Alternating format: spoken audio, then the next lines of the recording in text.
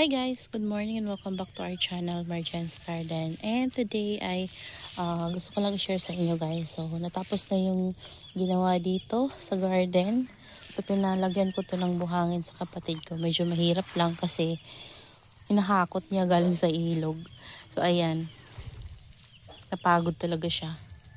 So nilipat ko na dito yung ating mga lacteas. And plano ko guys, lagyan sila ng UV plastic dito. Ayan. Pero sa ngayon, mainit naman ngayon kasi hindi naman umuulan. So, dito muna sila. Yan, naiinitan na sila dito kasi tinanggal yung 2 piraso ng dahon ng nyug dyan sa tapat. Ayan. So, yan yung itsura nila. Ayan. Tapos yung mesa ko dun sa pinasok ko muna dito para ilagay yung mga inermis na maliliit. Tapos, ayan guys, hindi ko pa dito tapos. Pinasok ko dun yung Adansonii ko. Tapos dito naman, ganyan yung ginawa ko. Pero ayusin ko yan later guys. Yan, pinagsasalansa ko lang yan sila dyan kahapon. Mainit kahapon. Yan, thanks God kasi mainit kahapon. So dito naman na area, nakapag-propagate pala ako guys ng mga ganito. Ang kistale. Tapos nagpropagate ako na ruby necklace at si burrito. Ayan, pati doon guys. Kasi 'di ba nilagay ko yung tall pot. So medyo may space sa baba. So naisip ko na lang na magpropagate niyan sa small pot para hindi naman dito bakante. So ayan. Tingnan niyo guys, so nung nilipat ko to dito, lalong gumanda yung color.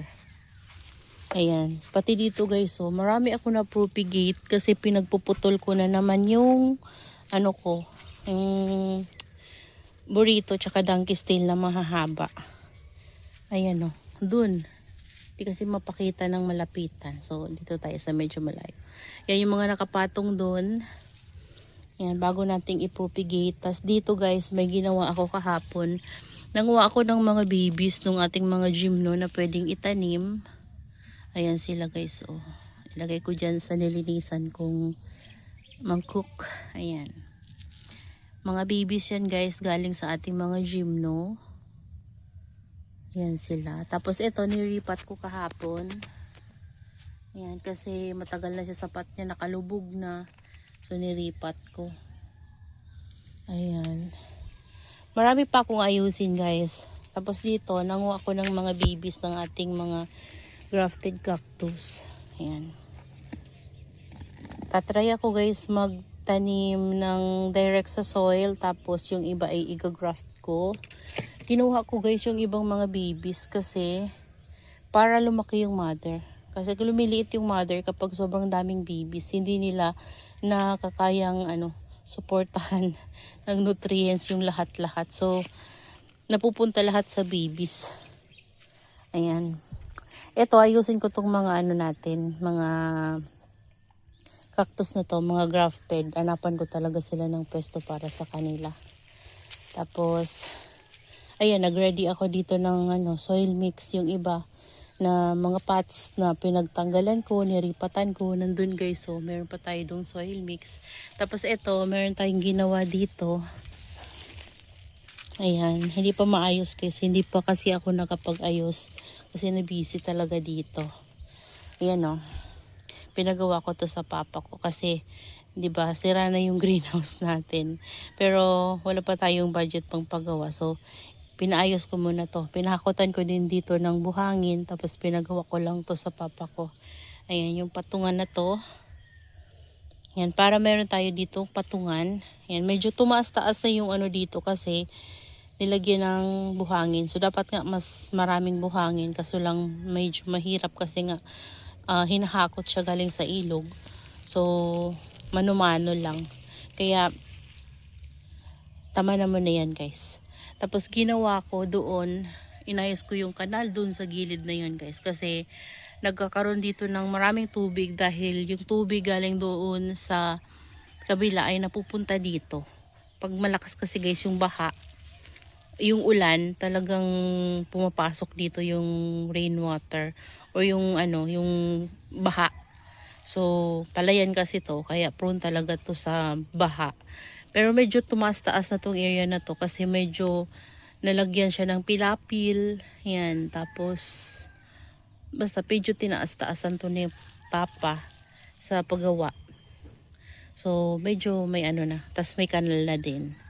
Pero soon papadagdagan ko tong ano sa kapatid ko, yung ano guys, buhangin para mas tumaas, hindi talaga siya mapapasok ng tubig. Ayan. So yung dito, inararo yung sa likod. Yan sana yung gagawin kong bagong greenhouse guys, kaso lang wala pa talagang budget. Kaya naman, ito muna, dito muna tayo sa lumang greenhouse. So okay pa naman itong lumang greenhouse ko guys. Kaso lang talaga, kailangan siyang linisin. Ayun. Kaya naman naglinis na lang kami. Tapos nagripat ako guys. Yan yung mga ano natin. Puntahan natin para mas makita nyo. Yan yung mga laura natin guys. Yan. Ito hindi ko to niripat. Ito lang talaga to. Dati na to guys. Ito yung nasave ko na dusty rose ko before. Ayan. So binaba ko lang siya. Tapos ito yung mga niripat natin. Ito yung mga pots natin, mga hanging planter natin dati na nilinis ko. Yan yung ano, pinakita ko sa inyo kanina. Yun, yung mga heart pot naman yun guys. Binababad ko para malinisan. Ito, malinis na sila guys. Puti na din sila. So ito yung mga nauna kong linisan. Marami pa tayong pots. Tingnan nyo oh. Ayan, nakatambak lang. So, inuna ko yung mga ganito. Unti-unti lang para ano, hindi tayo masyadong mapagod. So, ito yung mga lauras ko guys na niripat. Ito hindi ko to niripat pala. Dati na to dito. Ayan o. Okay na to dito guys. Pero kapag malalaki na to, baka ano, hiwalayin ko sila.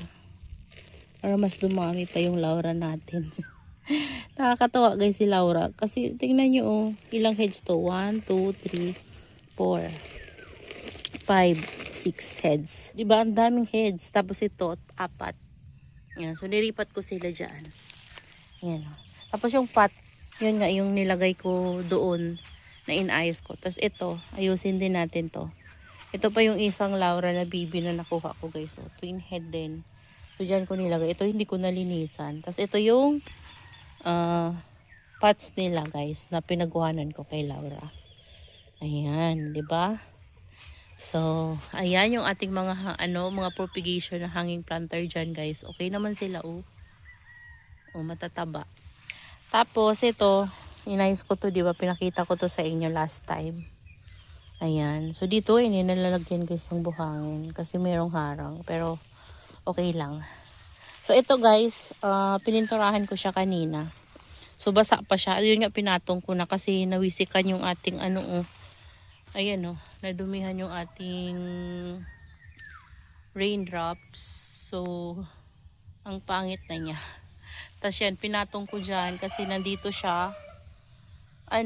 Hindi ako makadaan dyan. So ito, ngayon, pwede na tayong dumaan dito. Lalagyan ko to guys ng UV plastic para hindi sila maulanan. And iniisip ko kung ano yung magandang ilagay dito. Siguro mga Echeveria succulents na lang ulit guys. Or I don't know. Pero basta guys, titingnan natin kung ano yung pwede nating magawa dyan. Kung ano yung mailalagay natin para mas maayos natin tong garden. Ayan, dito may vacant kasi nga yung kinuha natin na Laura. Ito na sila. Naripat na. Ayan. Yung mga Echeveria succulents natin, ayan guys. Ang gaganda nung nandun sa dulo kasi talagang malalaki na talaga sila guys. Ayan no. So yun lang guys yung nagawa namin dito kahapon. Ayan yung mga nandito.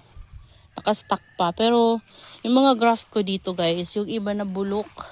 Kasi nga palaging maulan dito sa amin. Ayan, tingnan nyo na bulok. Isa na lang natira. Ayan, tapos ito okay naman pala siya. Ito lumaki na oh. Tapos ito pa pala may lilinisin pa akong pot. Ayan. Ito wala pang baby. Ginraft ko to guys. Wala pa siyang baby. Ito din, ginraft ko siya dito. Yan sila. Pero yung iba na bulok. Yan, nawala na yung iba. Pero konti lang naman guys ang nawala na yan. Oh. Yung mga ganito natin, nawalan sila ng graft. So, the rest, okay naman. Tapos ito, aayusin pa guys. Yan, tatanggalin ko yung mga succulents na nandyan. And lilinisin din natin yung pots para pwede pa nating ma-reuse. Yan kasi wala na talaga guys. Mga na sila. Ang ninipis na. So gusto ko lush. And marami tayong mga succulents na pwedeng itanim sa kanila. Mga pwede nating i-propagate. So magagamit pa natin yung mga pots na yan para malinis dito. So unti-unti lang guys. Unti-untiin ko lang para matapos tayo dito. Ayan. So yan guys. Yan yung bago nating nagawa. So medyo okay na ngayon yung garden kumpara nakaraan. Yung dito hindi pa tapos to guys. O ito lalagyan pa to ng buhangin. Pero saka na. Ayan. So yun lang guys. That's all for today's video. Yan, I hope you enjoy watching and see you on my next vlog. Happy gardening everyone. Bye. Ganda ng mga purples ko guys. Oh. Sobrang ganda nila. Tapos dito. Ganda oh.